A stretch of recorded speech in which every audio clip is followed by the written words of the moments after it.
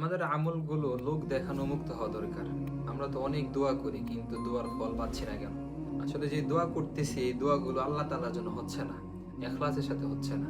আমরা দোয়া করতেছি, কিন্তু দোয়ার মাঝে মনে মনে ভাবতেছি আমি আল্লাহ তাআলার কাছে কাঁদতেছি, মানুষ আমাকে দেখতেছে কিনা, আমার কত চোখের পানি ঝরতেছে, মানুষ আমাকে আল্লাহ আল্লাহ বলতেছে কিনা। মনের মধ্যে এরকম চিন্তা ভাবনা থাকে, যার কারণে আমার দোয়া আল্লাহ তাআলার কাছে কবুল হয় না। দোয়া করতে হবে, ইবাদত করতে হবে একমাত্র আল্লাহ তাআলার জন্য। হাদিসের মধ্যে আছে আখলিস দীনাকা ইয়াকফিকাল আমালুল কলিল, যে তুমি অল্প আমল করো, তবে সেটা খালেস ইখলাসের সাথে করো, তাহলে অল্প আমলে যথেষ্ট হবে। এজন্য আমাদের আমলগুলো একমাত্র আল্লাহ তাআলার জন্য হওয়া দরকার। আর কোনো আমল 100% আল্লাহ তাআলার জন্য হতে হবে। যে 99% আল্লাহ তাআলার জন্য, 1% বান্দাকে দেখানোর জন্য, তাহলে ওই আমল আল্লাহ তাআলার কাছে কবুল হবে না। 100%ই আল্লাহ তাআলার জন্য হতে হবে।